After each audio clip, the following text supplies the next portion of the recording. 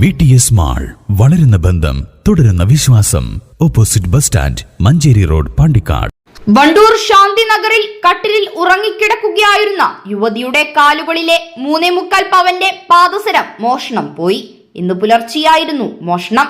Wandoor police അന്വേഷണം ആരംഭിച്ചു. അക്കരപ്പറമ്പൻ അബ്ദുവിന്റെ മൂത്ത മകൾ നെജ്ലയുടെ ഇരുകാലുകളിലെയും പാദസരമാണ് മോഷ്ടാവ് മുറിച്ചെടുത്തത്.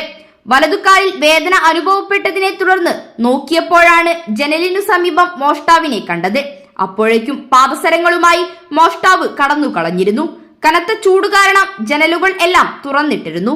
7ഓളം അംഗങ്ങൾ ഉണ്ടായിരുന്നു മുറിയിൽ. ഡോഗ് സ്ക്വാഡും വിരലടയാള വിദഗ്ധരും സ്ഥലത്തെത്തി. വണ്ടൂർ പോലീസ് അന്വേഷണം ഊർജിതമാക്കി. News bureau, Pandikkad. Sa